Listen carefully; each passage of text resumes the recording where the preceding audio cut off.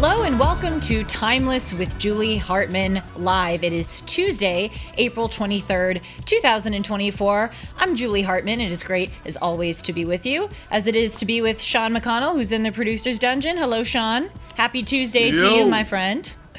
Thank you. You as well. You're welcome. 844-861-5537, 844-861-5537 is the call-in number. And as always, you can use the chat as long as you keep it classy. I have a direct line right here to the chat, which I will be monitoring, and will be also trusting Seansie to monitor and appropriately kick out people if they misbehave, which would never happen here on this live stream. Dear God, no. It's actually happened pretty rarely, thankfully, I would say.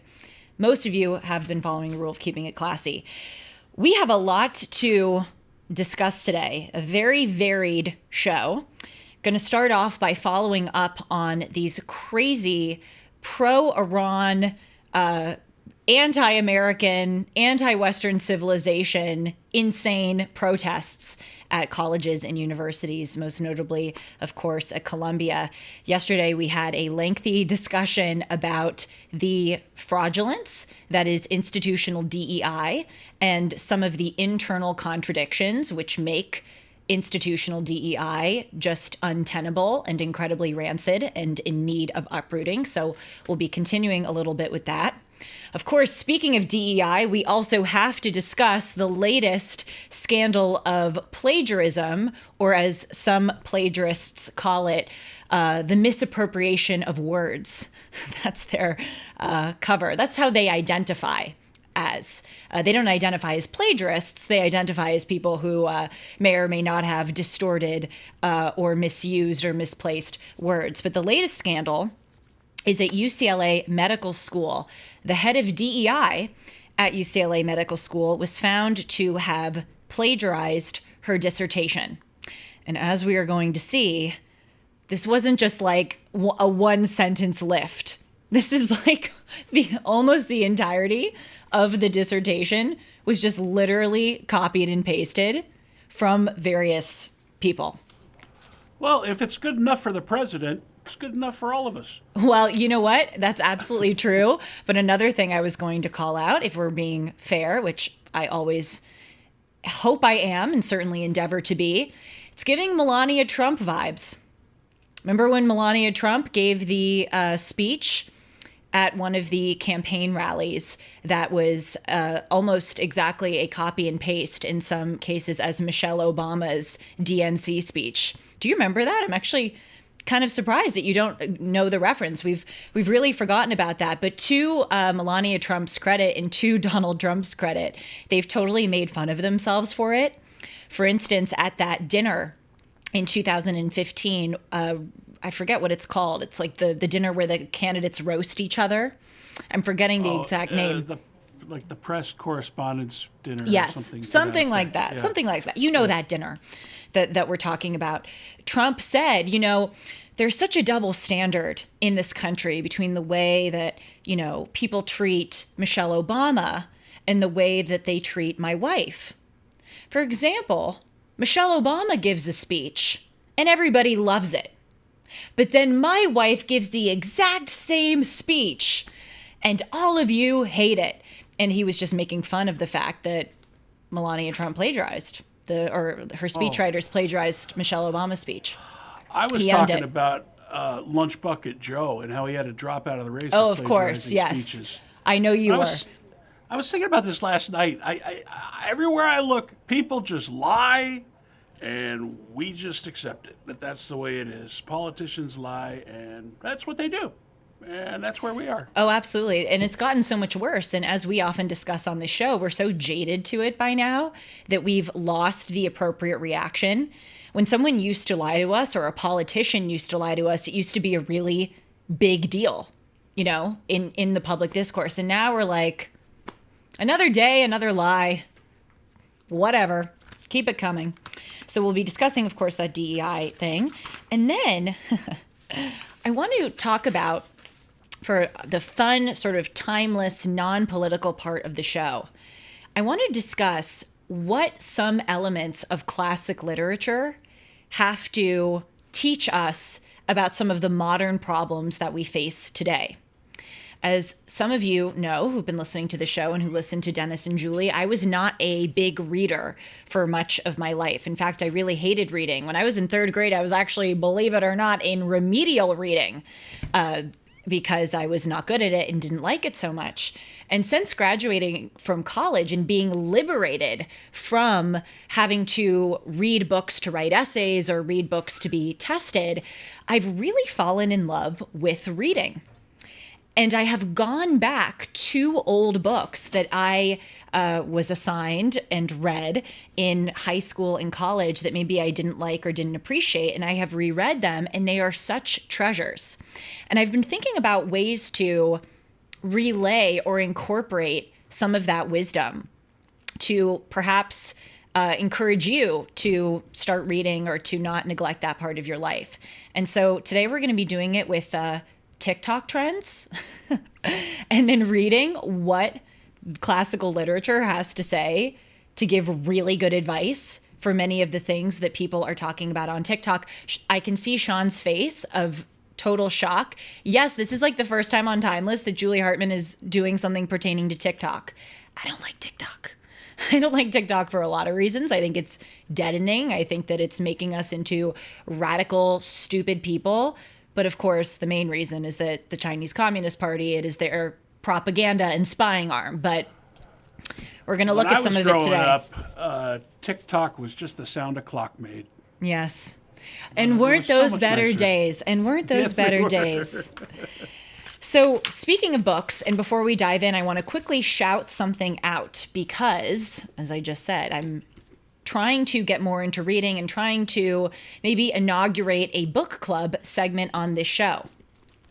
I recently ordered this book, which many of you have probably heard of. It's quite popular. It's called The Defining Decade: Why Your 20s Matter and How to Make the Most of Them Now. By the way, great title. I think about branding and marketing a lot. That title is essentially saying you're doing your 20s wrong and you need to make them right now. And here's how you're going to do it by reading this book. So props to Meg J for a long-lasting popular book, but also great branding. I ordered this book because I am 24 years old. I am in the defining decade, and damn it, I want to make the most of it. So as I am reading this book, I want to encourage you, if you're interested, to read it with me or read it too. And then next week or soon on the show, we can have a book club about it. And we can talk about some of the parts that we like or dislike, or some of the things that were maybe necessary wake-up calls for us that we learned in the book. So if you're interested, join me. Will there be refreshments? Yes, there'll be refreshments and cookies and name tags, and we'll all go around and introduce ourselves and say our favorite and least favorite part of the book. Okay, seriously, we're joking, but if you want to do that, you want to call in, I would love it. So, shout out, starting a book club segment on this show. But first, let's talk about these Death to America chants and the continuing radicalism that is metastasizing all over the country. So obviously, as we know, yesterday, it really came to a head at Columbia University, where many dozens of students were arrested for refusing to evacuate the South Lawn at Columbia University in the wake of their pro-Palestine demonstrations. Columbia decided to suspend in-person classes yesterday because it was deemed to be such a severe safety threat to Jewish students to go to class in that environment on Passover that they just totally axed it for today. And we've also seen that in the past 24 hours, there were students at Yale University, among other places, who were arrested for, I believe, refusing to evacuate the library in solidarity with Gaza, in solidarity with Iran, and against the United States. Here's just some clips of what we've been seeing all around the country. Hands off Iran! Hands off Iran! Hands off Iran! Hands off Iran! Great people. Hands off Iran! Hands off Iran! Hands off Iran! Hands off Iran! Thank you, Free Press, for that.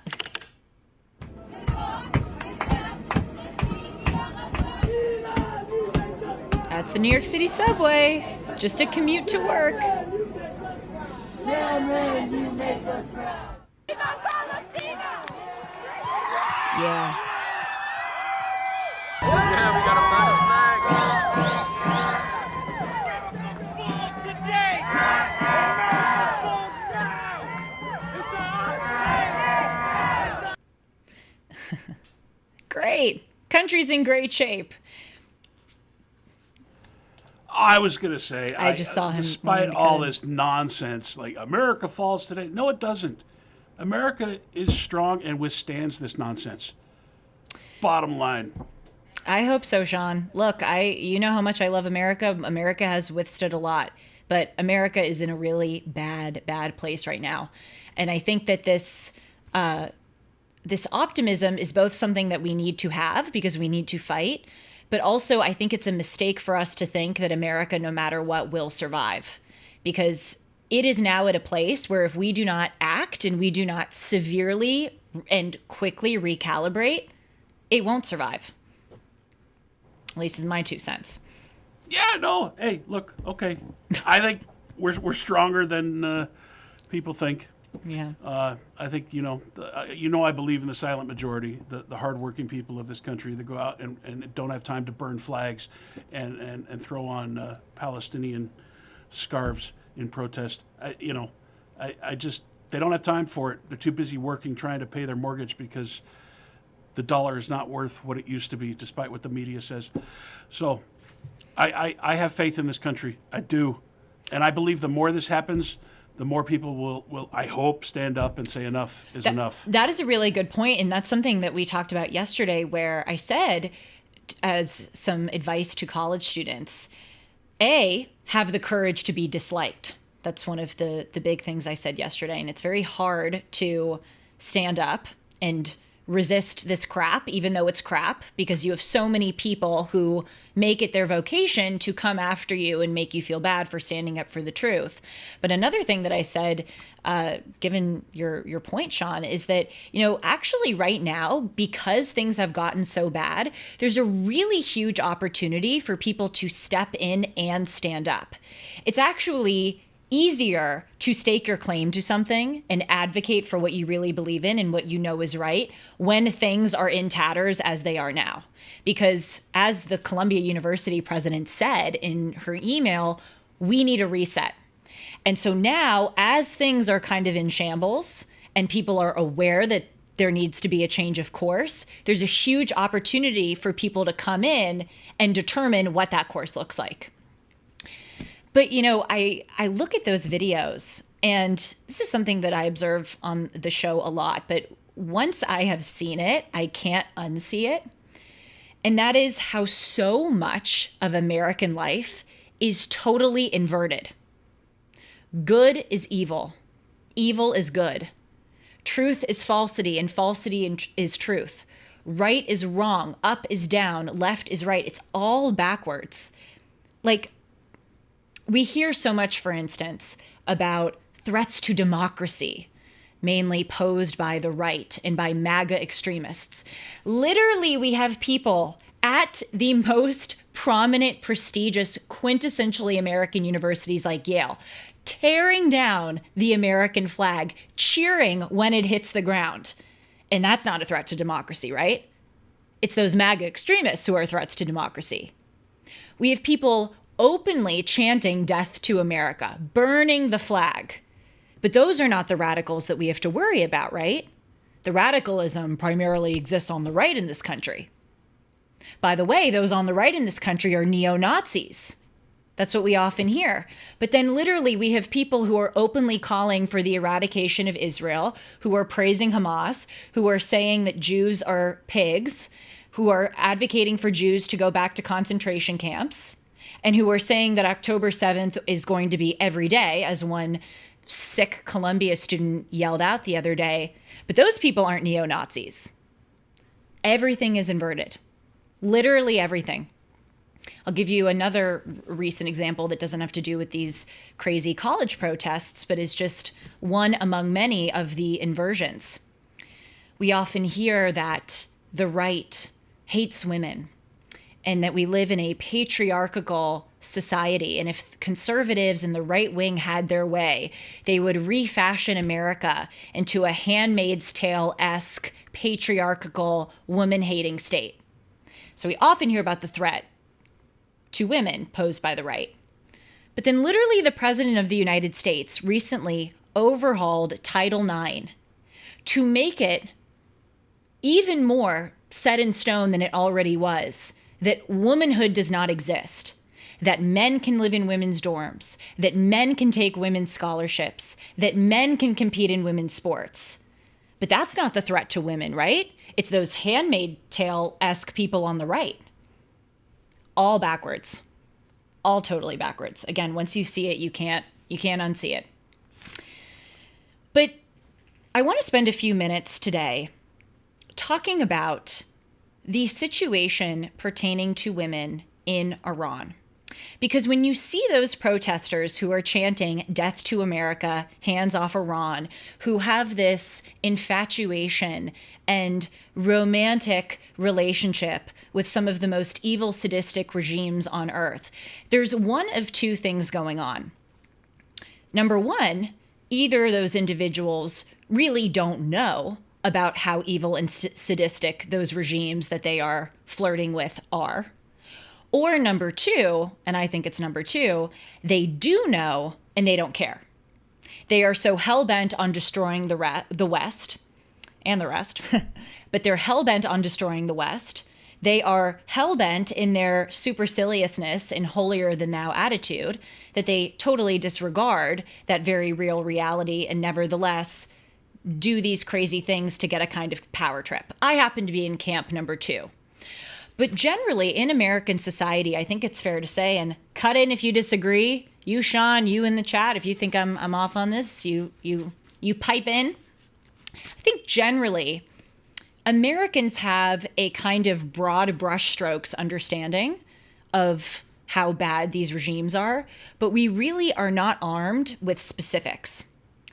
I have done an immense amount of research on the Islamic Republic of Iran. Those who work with me know that I have a little bit of a fascination with that country in particular because of the 1979 revolution. I mean, literally before 1979, we forget, Iran was a pro-Western, pro-Israel country. Now, I've done shows on this. There were, things that were going awry in Iran for some time, specifically with American involvement. In 1953, we ousted the prime minister in favor of the Shah. That's a sort of rabbit hole that we're going to put aside for a moment. But before 1979, Iran was this largely pro-Western, tolerant country. And then after that, you can't even imagine how severely and how horribly Iran has descended into the dregs. And can you imagine for a moment being a victim of the Iranian regime, being a Persian or an Iranian national living under those sick, evil, despicable, deranged, demented ayatollahs, and having to suffer on a daily basis under that regime. And then you see in the West all these blue-haired, crop top, mask-wearing, N95 toting, Birkenstock walking college students who are chanting in support of that regime which denies you basic human rights. Can you imagine how those individuals feel? So I want to spend a few moments right now going through some specifics of what those individuals in Iran have to endure. Because we cannot treat these protesters who are glorifying countries like Iran. We can't just go, oh, college kids these days. Oh, they're so radical. They're like the ones in the 60s. This is just the new flavor. No. We need to stigmatize those individuals for the reckless insanity that they are advocating for. So please send this clip to every single college student that you know, because they need to hear this. Let's start with Mahsa Amini. In September of 2022, there was a 22-year-old Kurdish woman, Mahsa Amini, who was in Tehran visiting her brother. Mahsa Amini, like every woman in Iran above the age of 9, was mandated to wear a hijab. But some strands of hair were poking through Mahsa Amini's hijab. That earned the attention of the morality police in Tehran, who arrested Mahsa Amini, threw her in the back of a van, beat her, and then it was found that a few days later, she died in police custody. She had suffered a heart attack and a brain seizure, and she was in a coma for 3 days before she died. This did not just happen to one person, Mahsa Amini. This has happened to dozens and dozens and dozens of women all over the country who dare to either resist the hijab mandate or even have some strands of hair poking through the hijab. These are the people that we are dealing with. These are the people who run this country. As I have said, we cannot treat these college students with kid gloves anymore. We can't just shirk it off as, oh, they're woke and oh, they're brainwashed and oh, they're radical. No, this is sick, demented, and beyond reckless for these individuals to be praising this kind of regime. Shall I go on? In Iran, the age of criminal responsibility for women is 9, but for men, it is 15. Because women in every single facet of society are subjugated and are grossly unequal to their male counterparts. So women are held to different standards criminally, 6 years of difference in the age of criminal responsibility. Women also in higher education are barred from majoring in over 90 subjects, including subjects ranging from the hard sciences to the humanities. Women need to obtain permission in Iran from their husbands or brothers or fathers in order to go to work or in order to obtain an education. Let's talk about marriage. Girls can be legally married in Iran starting at 13 years old. For boys, the age is 15. Iranian men can have up to 4 wives and basically an unlimited number of mistresses. But women in Iran can only have one husband. A woman who is a virgin and wants to marry must get permission from her husband, brother, or father to marry, or must petition a court. And once that woman is married, marital rape is legal. I'll repeat. In the Islamic Republic of Iran, marital rape is legal. Non-marital rape, in order for a woman to even get to court, in order for her to even have her trial heard in the first place, according to the law, she needs 4 male Muslim witnesses to corroborate her story in order for the trial to even be heard. 80%, according to many news sources, of rapes among women in the Islamic Republic of Iran go unreported. And there's also overwhelming evidence that when a woman is brave enough to go and bring her case to court, which of course most of the time doesn't even get there, because how are there 4 male Muslim witnesses in a rape case? Most of the time, that does not happen. But women who are brave enough to go to court and try to get some kind of justice often are retaliated against, get beaten, get stoned. If a woman is even accused of adultery, it is highly likely that she will be stoned and beaten. Going on, more just mounting evidence of the despicable, deranged, evil regime that is the Islamic Republic of Iran, and that is supported by American college students. Did you know a Muslim woman cannot marry a non-Muslim, but of course, a Muslim man can marry a non-Muslim woman?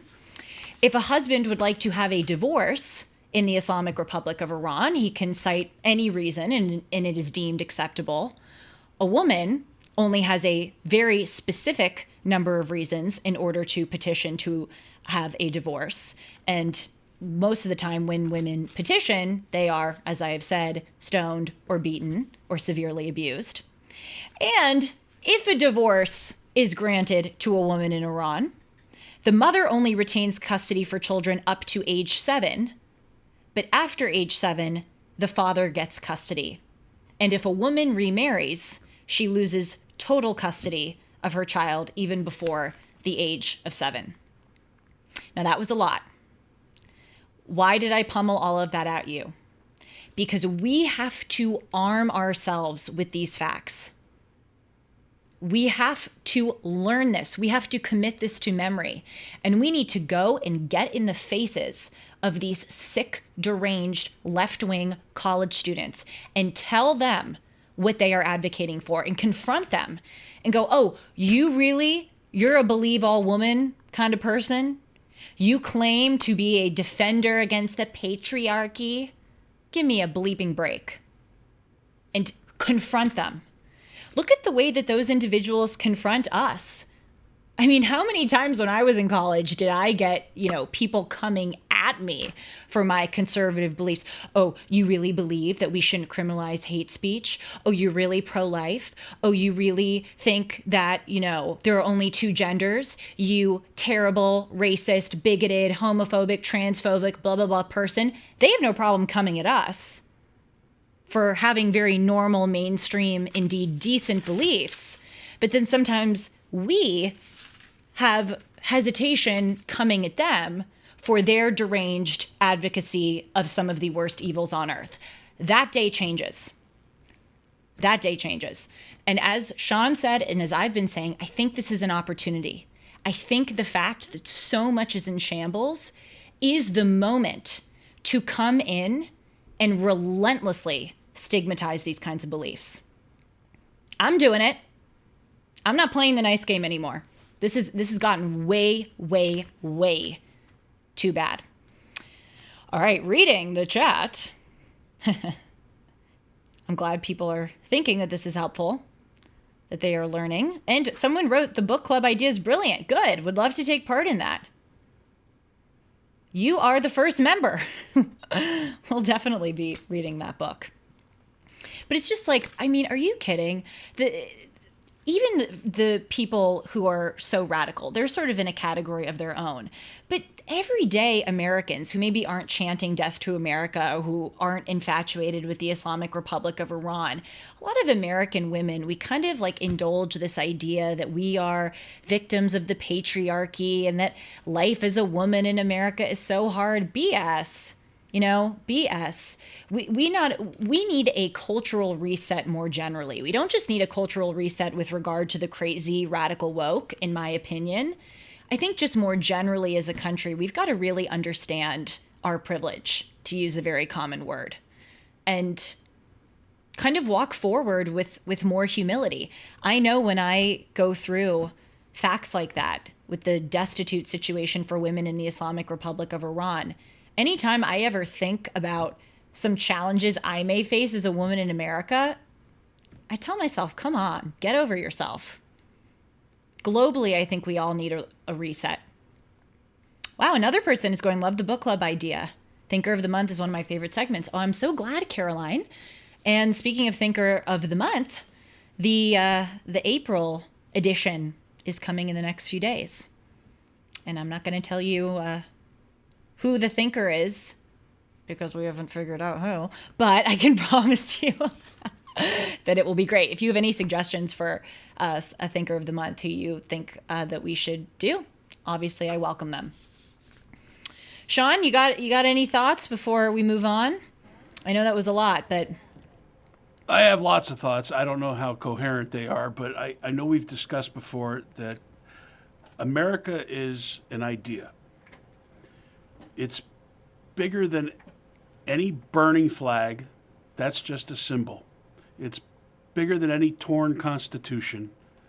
That's just a piece of paper. It's an idea that can be argued as one of the greatest ideas that ever happened in the history of humanity. And that ideal belongs to all of us. We hold dear. Those of us that are too busy to stand up and shout in the face of some idiot 24-year-old mask-wearing parrot who's getting a free ride to stand in the South Lawn and shout about the freedoms that they possess. Mm-hmm.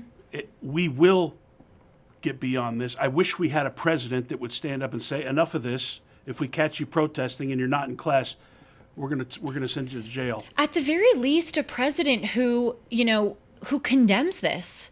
I mean, it's, as I often say, both shocking and unshocking. This is the easiest thing to condemn. President Biden should get up there and give a speech and go, this is not who we are. You knock it off, you spoiled, deranged, evil brats. Knock it off. But he won't do it because it's his base.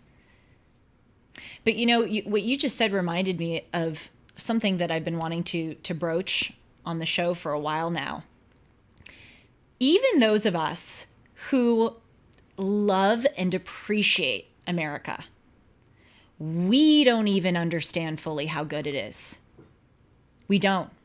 And I really find that the more reading that I do, and I'm about as pro-America, biggest lover of America as you can get. But the more and the more that I read our founding documents and I read about the way that we have handled ourselves throughout history, and especially the ways that we have course corrected when we've gotten things wrong, and my gosh, have we gotten things wrong, the more I fall in love with this country. And it's sort of like, I liken it to a relationship with a parent. You appreciate your mom and dad. You know that they've done so much for you and you're aware of a lot of it, but you even know that you're not fully aware of how much those individuals have done for you and the sacrifices and the toils that they made for you in your life. That is the same thing with this country.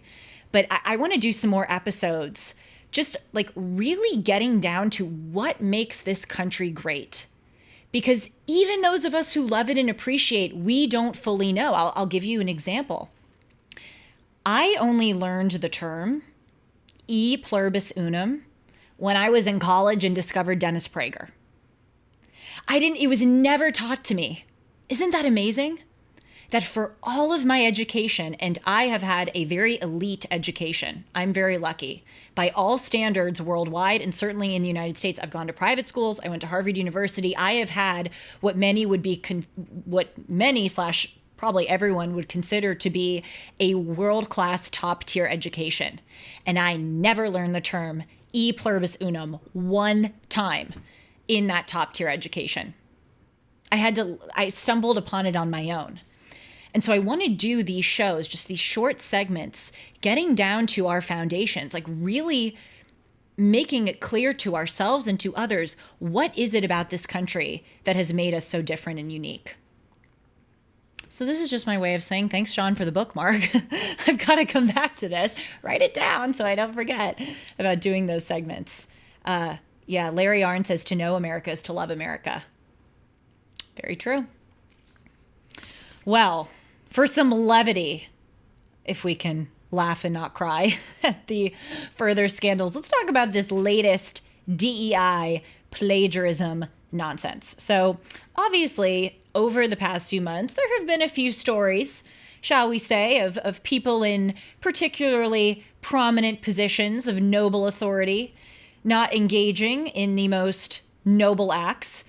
Here's the latest. Natalie J. Perry, who is a DEI professor at the UCLA School of Medicine, was found to have almost completely plagiarized her 2014 PhD dissertation. And because I am an endeavor to not be like the individuals who do not cite their sources, I'm going to cite my sources right now. This is according to the Daily Wire and the City Journal, which did a joint investigation of this.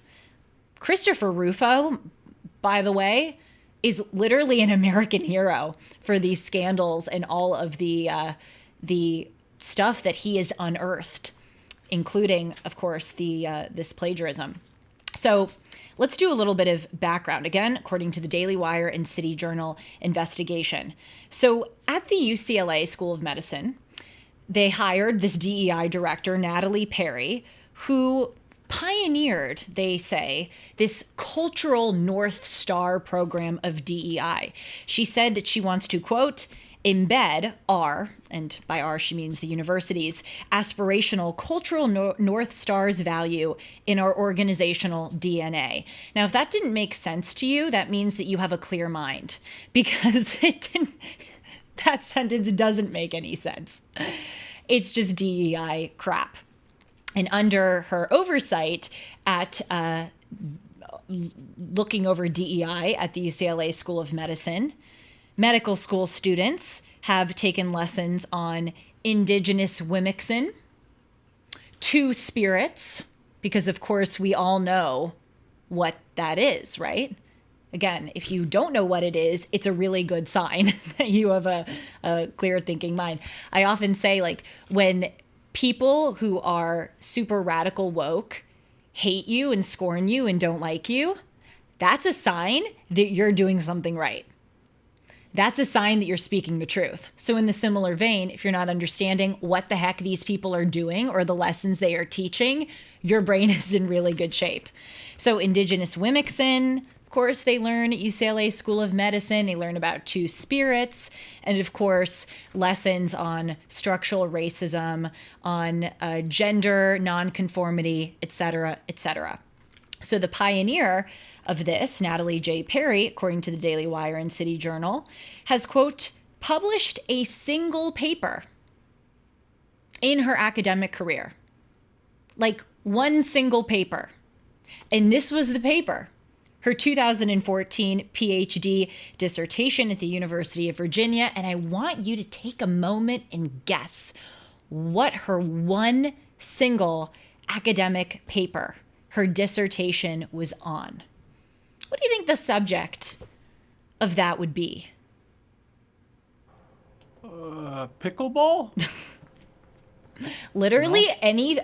Any suggestion that you would give or any possible guess would be better and probably have more worth as far as reading than what she actually did it on. She did it on how colleges should create bigger DEI programs. So she wrote her dissertation on why colleges need bigger DEI programs, and she plagiarized her dissertation on why colleges need bigger DEI programs. Great. So let's look at some of the pictures here in credit to the Daily Wire article. So yeah, you see the highlighting there. I can't find one word in hers, and I'm actually not even trying to be cheeky, like I could be misseeing it. Do you see one word from her paper that is not plagiarized? One that is not highlighted? That's just one part of her dissertation and from one source. Let's look at another part of her dissertation and another source. Let's see if it's, maybe a little less.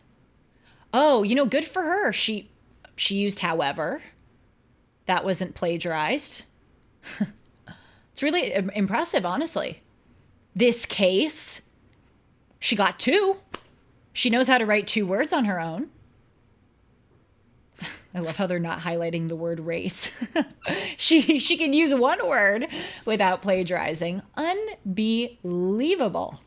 Unbelievable. Let's just, for fun, move on to another part of the dissertation. Yeah.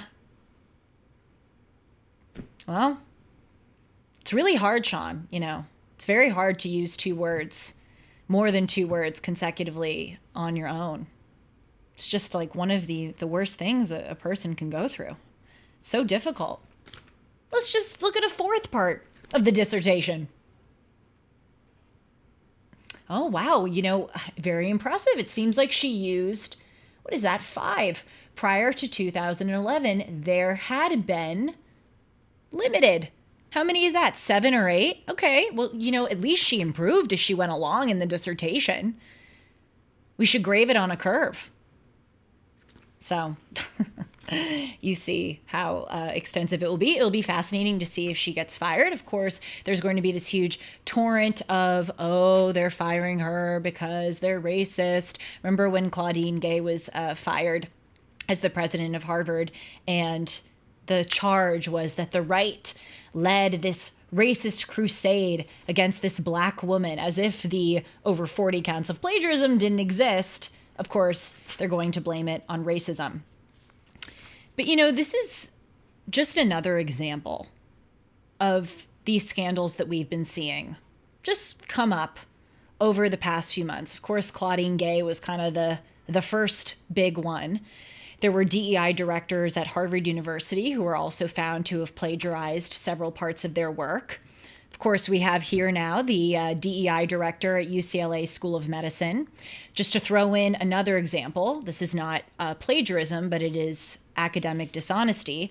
Francisca Gino, who was a professor at Harvard Business School and in fact was actually voted in 2015 by the graduating class as the recipient of that year's HBS Faculty Award, she was found in an investigation by Harvard Business School to have committed data fraud.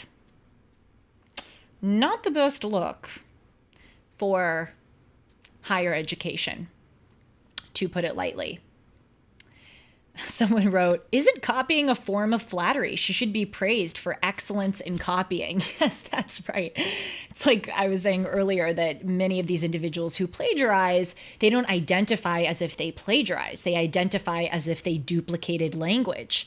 And so maybe that's another way that they could identify, not that they took someone else's work and didn't cite it, but that they were excellent in copying. Literally, I say this tongue in cheek, kind of as a joke, but honest to God, this is the world that we live in now. This is the result of the make any term, whatever you want it to mean, identify however you want to identify. Sean, you opened the show by saying that we are just bathing in lies. All we do is hear lie after lie from our politicians. We just hear lie after lie all day long.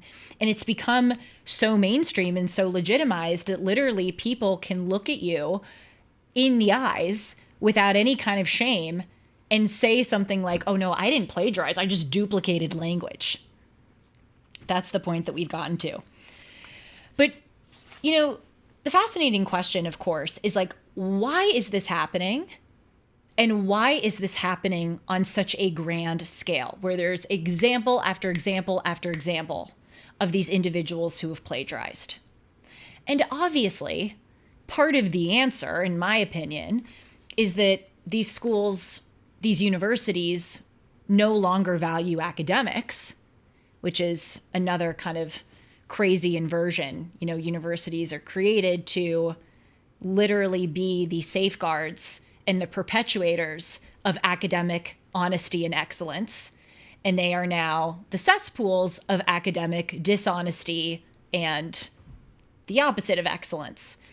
So yes, of course, it's true that these universities don't value academic excellence anymore. So no wonder many of their leaders are found to have engaged in some academically dishonest activity. But I think there's actually something else bigger than that going on. And it's that perhaps these universities, when they were hiring these individuals, weren't aware of their plagiarism. Let's take them at face value and give them the benefit of the doubt that maybe they didn't know that these individuals plagiarized.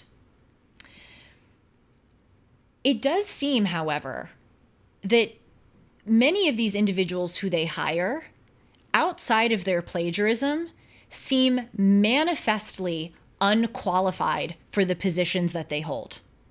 So let's give the example of Claudine Gay. Claudine Gay, before becoming the president of Harvard, had written, if I'm not mistaken, 11 academic research peer-reviewed papers, which is a lot, certainly more than I've ever written. You know, that's a good thing. Not trying to discount the work that Miss Gay has done. But if you look at previous presidents of Harvard University and other university presidents, their numbers of academic research papers are in the many, many dozens. Claudine Gay, to my knowledge, also wrote one book, I believe, and Sean, you can fact check me on that, one book prior to becoming the president of Harvard University. But then you look at previous presidents, for instance, the first female president of Harvard, Drew Faust, and she wrote, well over 8 books, probably into well over a dozen, perhaps even 24 books. She in particular is a Civil War scholar.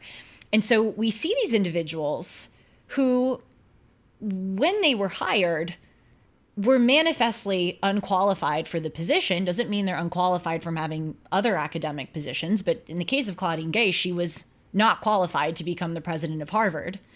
This individual, the head of the UCLA Medical School DEI program, outside of her plagiarism, she was manifestly unqualified to hold that position, given that she wrote one single paper in her entire academic career. And frankly, the paper wasn't even particularly impressive. I think the real scandal here is that these universities, even if they don't know about the academic dishonesty, are seeming to want to hire people who are unqualified. Why is that? And it's not because there's a shortage of qualified people. And by the way, there's certainly not a shortage of qualified Black women, which a lot of universities, hold as a value. They say they want to promote diversity, they want to hire women, they want to hire people of color, women of color. There is no shortage of qualified Black women to run universities or to be the heads of DEI at universities. Look at someone like Dr. Carol Swain. It is a travesty that Dr. Carol Swain, who is seriously one of the most credentialed, experienced, brilliant academics in our country, it is a travesty that Dr. Carol Swain has not been the president of a university. Why? Look at someone like Dr. Tabia Lee. Dr. Tabia Lee is a Black woman who I had on the show. She was the head of DEI at De Anza Community College, and she has a extensive academic background. She has a doctorate in education. She spent over 10 years working as a public school teacher here in Los Angeles. She was actually fired from De Anza University because she had the guts to actually stand up against the rancidness that the DEI program at De Anza had become. But look at someone like Dr. Tabia Lee, another fantastically qualified Black woman. So we have this situation where unqualified individuals are being hired, but qualified individuals are being passed over. And I think that is the really big scandal. And I think the reason for that is that universities, they don't just allow unqualified people to hold positions.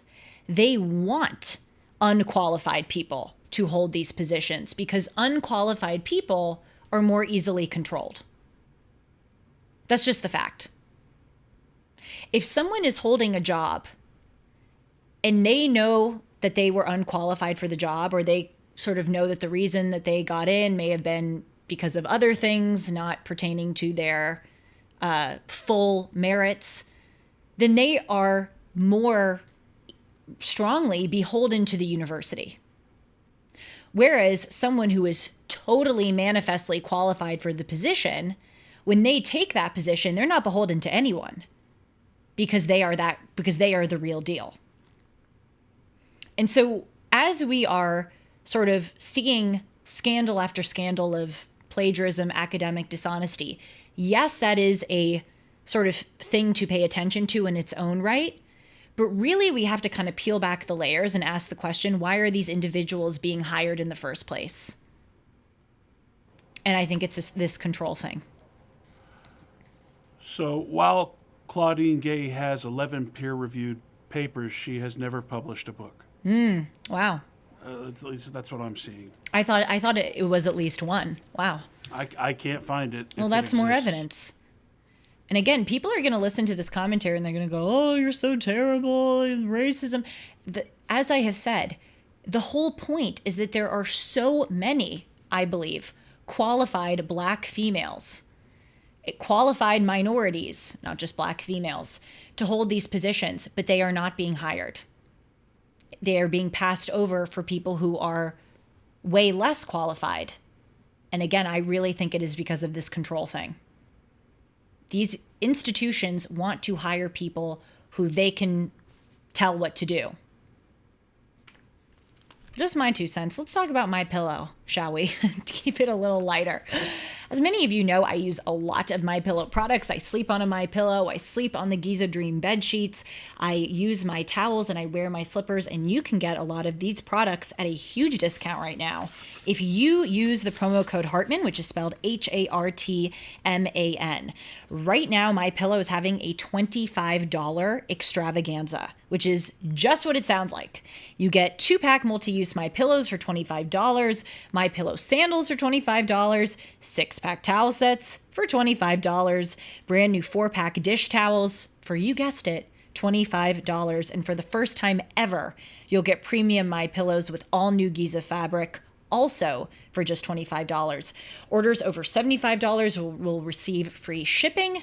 Just call 1-800-566-6745 today and use the promo code Hartman, or go to mypillow.com and use the promo code Hartman.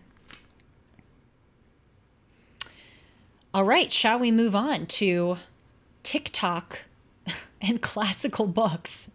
Never thought I would say those two in the same sentence. It's like the other day on the show when I was telling you I got back from Rome and I discovered that O.J. Simpson died when I was in the Sistine Chapel. Like, I literally got the notification on my phone when I was in the Sistine Chapel. And I said, those are two things that I never thought would go together in the same sentence. O.J. Simpson and Sistine Chapel. And you probably never thought TikTok and classical books would go together in the same sentence. But here we are. And, I just want to pause for a moment and say that those of you who watch the show, you know this, but this is a very versatile show. It is a very diverse show, to use a coveted buzzword today, where I really talk about a lot of different subjects. And I want you to know the reason why I do that. The reason is because, A, I think that we as a country have gotten too political and too newsy. And sometimes that's all that we can talk about and all that we can relate to. And number two, life is very interesting and life has a lot to offer. And I hope to be the kind of host which sort of encourages all of us to be versatile in the way that I think that we can be. And recently, in previous decades in American history, as I said, a lot of us have kind of become hyper professionalized, hyper political. We have our kind of specialties in life. We have the news we like to watch, or the TV shows or news that we like to read, the TV shows that we like to watch, the things that we're interested in. We don't really expand our boundaries. So if you're ever listening to the show and going, wow, it's a lot of very varied subjects, please know that that is by design. So Before TikTok. we move on, Yeah. the dinner you were looking for earlier is commonly referred to as the White House Correspondents' Dinner. where the Gosh, was it university- just the White House Correspondents' Dinner? I feel so stupid. I thought it was called something else. Huh. Okay. But yeah, as far as having to seek out new information and expand your horizons, the algorithm does not help with that. It perpetuates it. Yeah, And so we true. seem to be in our camps and our echo chambers, and if you don't make the effort to learn new things and seek out things on your own in this world, you will become one of those mask-wearing parrots. And you don't want to be one of those. Yeah, it's true. We have enough problems in our country, but not only the information on social media, but to your point, the algorithms of social media are so manipulative. There are some major people pulling strings behind that. It's really scary. Well, speaking of algorithms and people pulling strings on certain social media websites, let's look at some TikTok trends lately. I don't have a TikTok account. I did for literally 5 minutes in college, and it was fun for the week or 2 weeks that I had it. And then I realized that I was becoming stupid and addicted to it. And so I got off of it. And I've really tried on this show to stay away from that and not become a TikTok influencer or someone who always talks about TikTok. But let's face it, TikTok and other social media sites are modern day public forum in large measure. And when things are trending and people are talking about certain things, we ought to pay attention to them.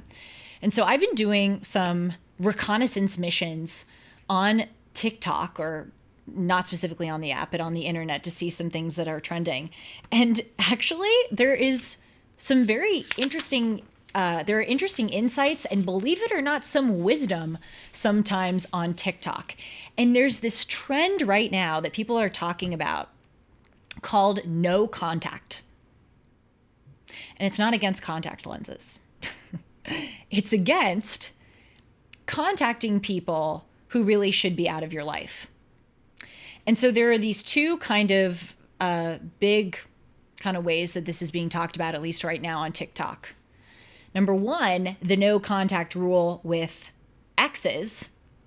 And then number two, the no contact rule with parents or family members in your life who are not serving you. Now, those are two very, very different things. And obviously on a case-by-case basis, those things are very different. But what I want to do is play some clips of people talking about these two facets of no contact: the advocacy of not contacting your ex, and the advocacy of not contacting or cutting off your parents or family members who may not be the best presences in your lives. And then I want to discuss what classical literature, or some parts of classical literature, says about these problems. Because one of the reasons I call this show timeless is because thousands and thousands and thousands of years of human history has produced some conclusions. This is not the first time people have been broken up with. This is not the first time that people have had to need to shut off parents or other relatives from their lives because those people are not serving them. Literally, for thousands of years, the cool thing is that human beings have just been going through the same stuff. Human nature has been the same. A lot of the predicaments that we face or get ourselves into have been the same. And so we in the 21st century have this repository of books and writings and wisdom from the past of people who have already lived, already been through all this stuff, and can share their wisdom with us. And we just kind of turn away from that wisdom, and we think that we can just figure it out on our own. We're bringing back wisdom. We're looking back to see what they have to teach us. Yes. If I were Shohei Ohtani's former interpreter, I would bet there's a Jane Eyre reference that's going to hit us soon. I have no idea why you would think that. You have absolutely no basis for that. My gosh. But yeah, someone may be right. I'm going to call you Nostradamus for the rest of the show. I knew it! Seansie Cam is going to be changed to Misinformation Cam, which is going to be changed into Nostradamus Cam, because you just predicted the future. Okay, I'll say one quick thing, literally one very fast thing in defense of Jane Eyre. I do read other books besides Jane Eyre. I promise you I do. I feel like you think I'm one of those people who are like, I love to read. I've been reading all these books, and then all I talk about is Jane Eyre, as if that's the only book I've read. I have read more, and you're going to see it because I want to make, this wisdom a bigger and better part of the show. But the reason why Sean may or may not be right about a reference to that particular book in this episode is because on another recent episode of Timeless, I referenced one of the quotes from this book. And I had so many people write into me telling me what an amazing quote it is. In Jane Eyre specifically, it's quite a long book, but it is filled with these pearls of wisdom. So yes, I may or may not be referencing exclusively Jane Eyre for this topic, but bear with me.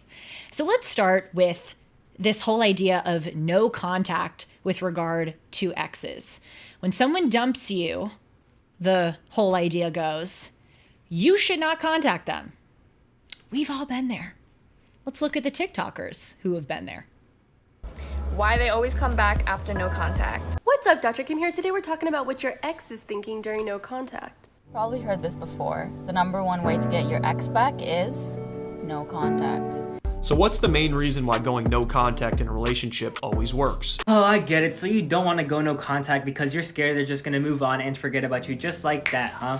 Okay, that's a fair thought. That's a fair thought. I don't blame you for thinking that, but I do gotta ask, how's keeping in contact been going for you?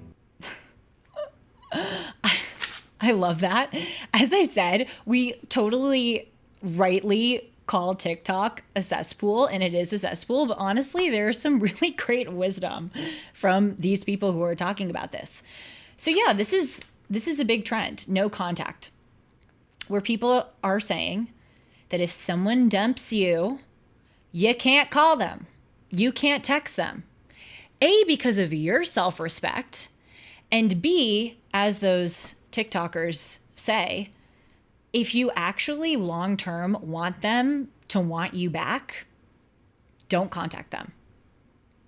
Because they are thinking about their decision, dumping you, and they're always going to wonder if that was the right decision.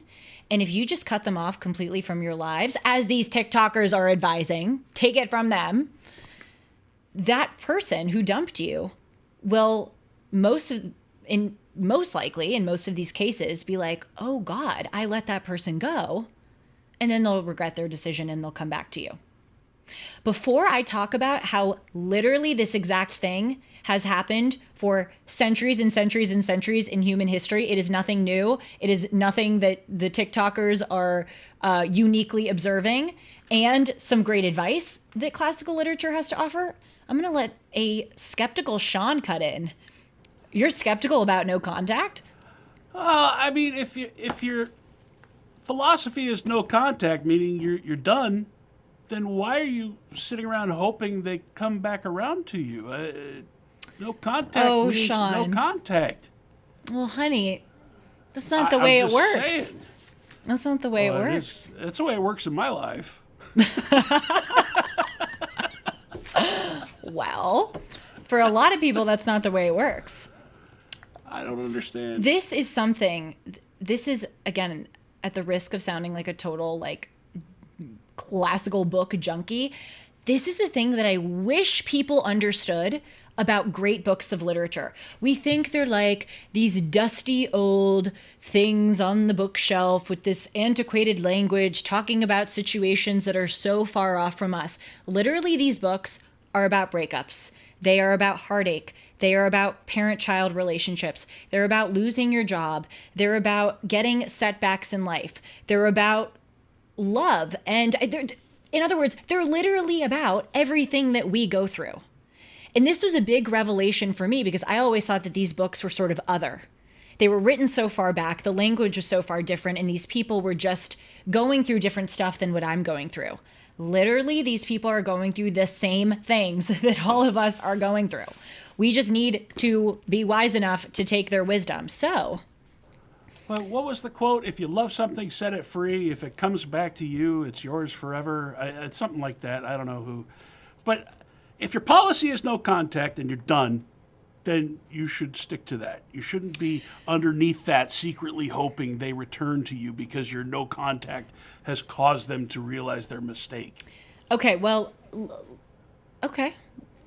Okay, wise Sean, Nostradamus, wise Seansie. I think that's a very good point. And I actually think that what Jane Eyre went through, I have to laugh. Shocking, right? What Jane Eyre went through, I think actually sort of addresses what you said. Because what you were saying is that if there's no contact, move on. Don't pursue the no contact in the hopes that you'll get that person back. Pursue the no contact as in that person is in the rearview mirror and you're moving on with your life. But I think life is more nuanced than that. And I think in most breakups, there's room for a little bit of both. Of course, if someone is a total no for you, if someone is absolutely was a terrible boyfriend or girlfriend, treated you horribly, is a defective person, someone who you won't see yourself with long term, then absolutely move on. Make the no contact the permanent thing. But I think a lot of people, as we're about to see, find themselves in situations where it's a little bit of both. Where on the one hand, they feel dumped, they were dumped, they want to move on from that person, and they think it's good for them to move on from that person. But also, it's a long life. And you may want to not keep your options open, but not totally slam the door. Because if there's one thing that a person, especially girls know this, guys wouldn't know this, but girls know this. If there's one thing that girls know from reading the New York Times, like vow and wedding section, which a lot of girls do. I already know that you have no idea what I'm talking about. You probably don't even know that section exists because guys just don't do this.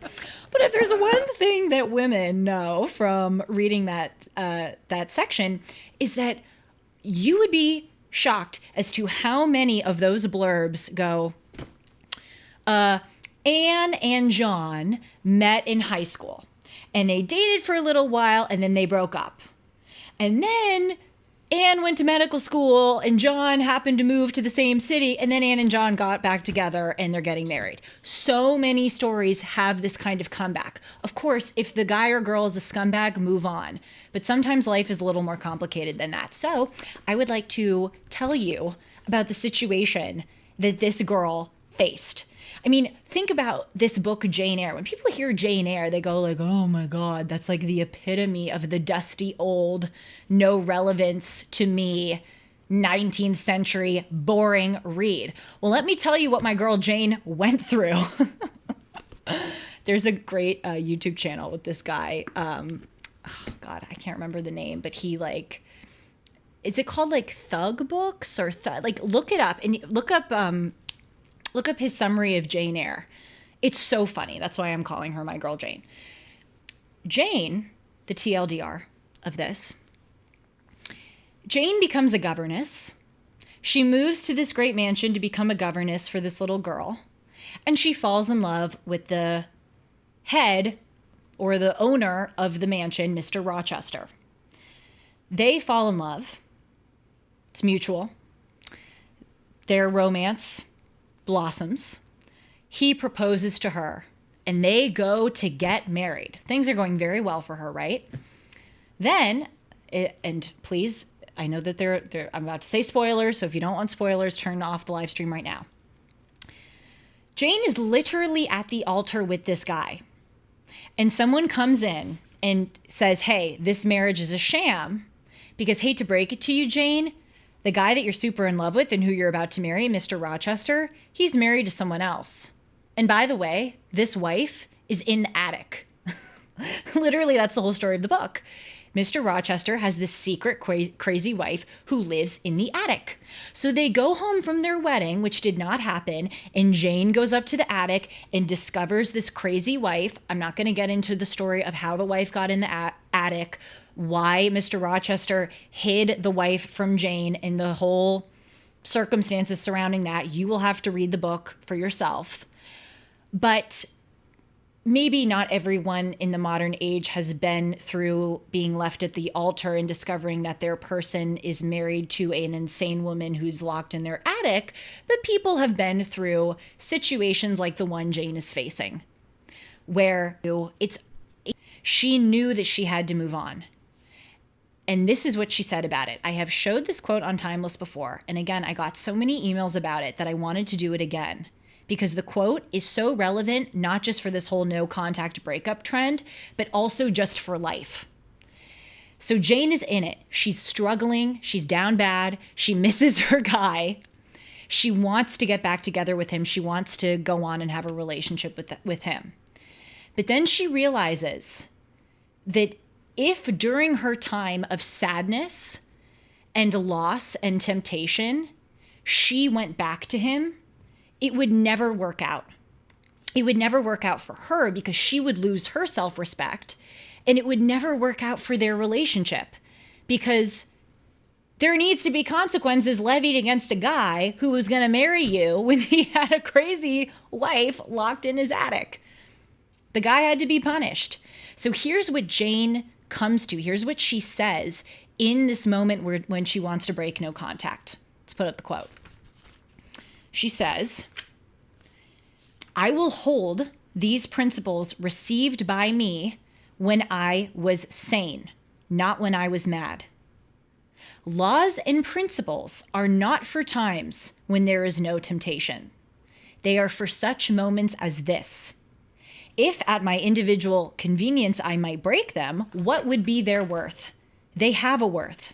Preconceived opinions, foregone determinations are all I have at this hour to stand. There I plant my foot. Maybe I'm going to get a TikTok account and start like doing these hashtags, reading these passages. But literally, I've watched so many videos of people, and many of them are wise, many of them are certainly well-intentioned, many of them have great things to say, like trying to come up with all of these arguments for why you have to maintain no contact in a relationship when someone dumped you or someone duped you or someone burned you. But none of those arguments come even close to how wise and fantastic this one is. It is so true. When you have a shock like that happen to you, you're not in the right mind to make a decision, even if you want to call that person and get back together. You want to call the person and rehash your relationship. You're raw. You're vulnerable. You're in a not good state. And what Jane says in this passage is so true. Like when you are in that state of not being yourself, you can't make decisions based on your brain at that moment. You have to think back to the principles that you stuck your claim to and that you decided were important to you and that you would live by before this craziness happens. Because in all areas of life, and not just breakups, life is going to throw you stuff that is going to cause you to shake a little bit and be uneasy and be tempted to make certain rash decisions. And you've got to have the right mind to know that you're not in the right mind and trust the things that you resolved to follow when you were in the right mind. Can you tell I love this book? I mean, it is just so wise. And I could pull like 10 passages from other classical books that I've read that deal with the same problems. Yeah, I didn't want to interrupt your rant. I had that same thought. You should start a Jane Eyre TikTok account and just dress up as Jane Eyre and deliver the no contact wisdom. Why not? It would go viral. Sure. No, I've thought about like starting like a classical book wisdom, like social media or TikTok. Because believe it or not, I read other books besides Jane Eyre, but this one for no contact is particularly relevant. And then 2 show notes. The Thug Notes thing can be found on YouTube at Wisecrack. Is that the one where he says "My Girl Jane"? I don't know. People have to watch that. It's so funny. The Thug Notes summary of Jane Eyre is. It's at Wisecrack on YouTube. And Matthew Era in the chat is saying the Al Smith dinner is where the candidates roast each other, and the White House Correspondents' Dinner is where the comedian roasts the president. So to not be accused of sticking to my namesake misinformation, I just want to be clear that is said in the episode. Sir TDS is writing, the groom says to Jane, I Ross take thee, Rachel. It's so true. Oh, please, Sean, tell me you get the reference. All you do is reference things to me that I don't get. You have to get this reference. It's a Friends reference? Yeah, good for you. Good for you. Okay. We'll move on to another trend pertaining to no contact, because there's the breakup no contact sphere of TikTok, but there's also the parent no contact sphere too. And this is something that my dear friend and co-host Dennis Prager talks about a lot, where more and more these days we are seeing an increasing number of children not talking, and I don't mean like little children, I mean like children of parents not talking to their parents because of personal beef. So let's watch a little bit of what the hashtag no contact with regard to parent TikTok verse says about this.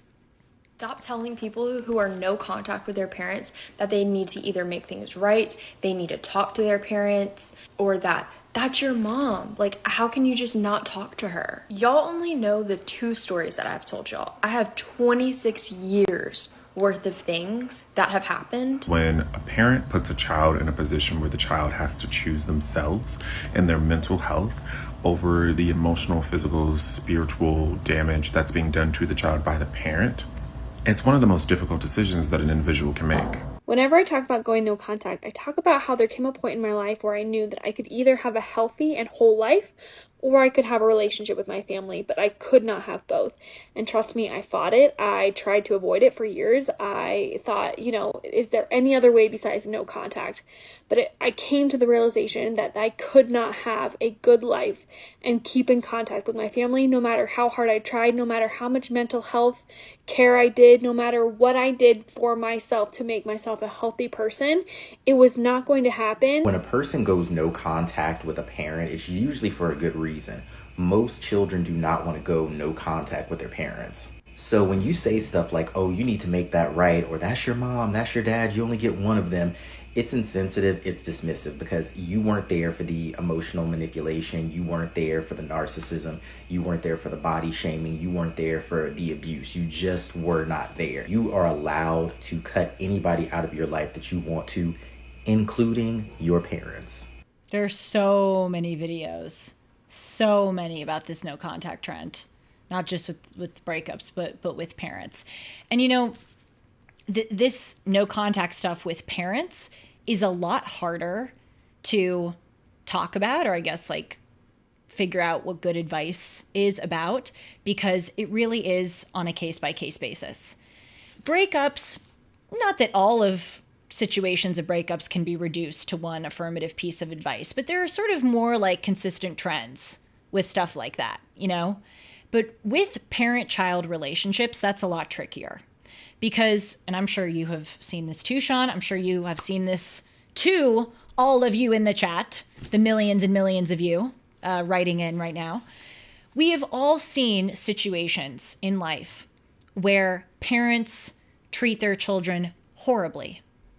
And there are some people who really do need to break contact with their parents because their parents are abusive, they're drug addicts. I was recently speaking with a former classmate of mine whose father abandoned the family. His mother was a drug addict and treated him terribly. And there are people who really deal with very difficult situations that where the no contact is warranted. But of course, there are also people, and it's impossible to know if some of them are the ones I played, but there are also people nowadays who, pursue this no contact stuff with their parents when it isn't warranted. And maybe their parents are hard on them, or their parents piss them off, or maybe their parents voted for Trump and they're calling it emotional abuse and saying, oh, we have to, have no contact. So obviously it's very varied. I just wanted to preface it with that. Sean, you were going to say something? You never have to, but I know I looked like you were going to cut in. So I want to give you the space to speak. I don't know when doing this became healthy. I know. Do you see why I usually stay away from it? Yeah, I have a tolerance, and we went past it. Well, don't worry. That's the last one that we're doing. Until next week. No, but we have to pay attention to this stuff. It is the public square. I mean, I didn't realize how big this no contact trend was until I decided to lose some brain cells and go online and research for this for a few hours. But this is not the first time that people have had to deal with situations like this. Obviously, for the individuals who are, no contacting with their parents because their parents voted for Trump or because their parents cut them off financially when they're 30 years old. Obviously, those people are ignorant, immature people, and we can put them aside. But what I'm about to talk about with regard to the wisdom provided in this book is a more real and legitimate example of when you have a relative who is not serving you in your life, who is not treating you well, who's a burden, and who may be abusive, and what to do with regard to that situation, because this is a very real human thing. Every person has seen this or dealt with that themselves. And every person also understands that while certain relatives can be terrible to you, because they are your relatives, you also do have an obligation to them. So there's that balance of how do I set boundaries for myself, but also fulfill my duty and my obligation to this individual because they are a member of my family. Not the first time people have gone through this. Shocking. My dear Jane, my girl Jane, also went through this. Again, this book is literally just life experience after life experience and wisdom about it. I always say the reason that I love the Bible is because it's like a divine life manual. These books are maybe not divine, but they are life manuals. They have such good instruction for so many of these situations that we find ourselves in. So before Jane became a governess and married that guy who had a wife who was crazy, locked in his attic, Jane, growing up, both of her parents died. And she was adopted by her Aunt Reed. That's the name of the aunt, Aunt Reed. And she went to go live with her cousins. And this aunt was so horrible to Jane. Like, I mean, not so bad where the aunt was physically abusing her, but the aunt ignored her, humiliated her, like went out of her way to humiliate Jane, was verbally abusive to Jane. One of Jane's first cousins who she lived with was this guy who would beat up Jane, and the aunt would do nothing about it. So Jane really did have a very difficult experience as an orphan, being adopted by her aunt and her cousins living in this house. Jane goes on, she leaves the house, she goes to an orphanage, and she becomes a governess. Her life moves on. But when she is a governess for Mr. Rochester, she gets a call. That's not true. They didn't have calls in those days. She gets a telegram, whatever it was. It's hard to keep the details straight. She gets a telegram from one of her cousins who she lived with and hadn't seen in years. When she moved on to the orphanage and became a governess, she practiced no contact with that family. She gets a telegram from one of her cousins, Aunt Reed is dying. So Jane decides, and she debates this, she decides to go back and pay one final visit to her aunt and be there with her aunt as her aunt is dying. She's facing the situation that many of those individuals were talking about. The aunt caused her immense emotional distress. The aunt was not a good guardian to her. And she was thinking, do I owe this woman this? Or do I do what I think is right and go back and be with her? And she chose the latter.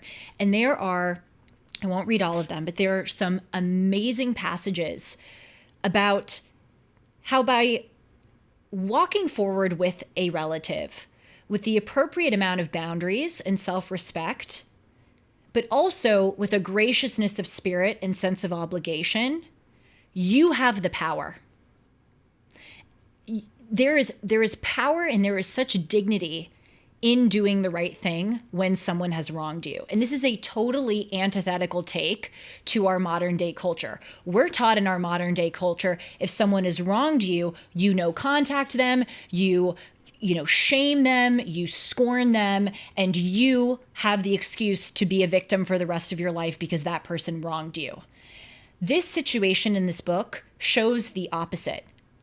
It acknowledges that a person wrongs you and burns you, but it holds that by doing the right thing despite that, you possess the power and you become elevated as a result. So Jane goes back. Yes, Sean, I see he wants to cut in.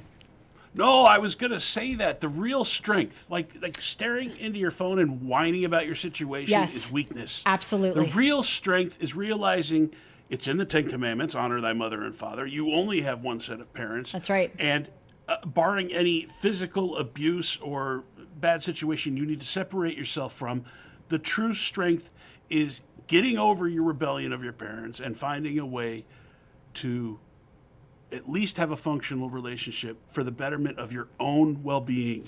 Yes, it's true. And not to get too sidetracked, I have a theory. Yeah? You see all these preppers that are worried about the zombie apocalypse because eventually people will become zombies and they will come to eat your brains. That day is here. The zombie apocalypse is already happening. Only the zombies are eating their own brains. They're not coming for yours. Yes. They're staring into their phone and going numb. It's true. Well, part of this online universe is that people don't want to do the work to become a truly impressive individual in the tough real world where it's messy and dirty. They want to appear in a perfect way in the cool cyber ether. Like, they want to seem impressive. They want to seem powerful. They want to seem strong. They want to seem confident in the cool cyber ether where you can literally manufacture your image. They want to appear that way and avoid doing the real work in the real world where you're going to get absolutely slapped in the face to become that impressive individual in the flesh. And so it's very easy, to your point, to go on TikTok and whine about how your parent wronged you. And maybe in some cases your parent really did wrong you. I don't know these people's situations. I'm not going to call them all spoiled brats. Many of them could have really gone through something very legitimate. But it's very easy to go on TikTok and complain. And going out in the real world and actually figuring out what to do about the situation makes you a strong person. So Jane goes back to this place where she grew up, and she's talking about going back to her old room, like going in the environment, having the memories come back, precursor to #triggered, right? She's triggered, coming back to Aunt Reed. And then she has this moment where her aunt sneers at her, and she says, quote, "The sneer had no longer that power it once possessed over me." And she talks about how the flame of resentment extinguished. Now, why did it extinguish? It's because Jane, in the meantime, had let it go what her aunt had did to her. And in that moment, in her final time with this aunt, she resolved that she was going to let it go.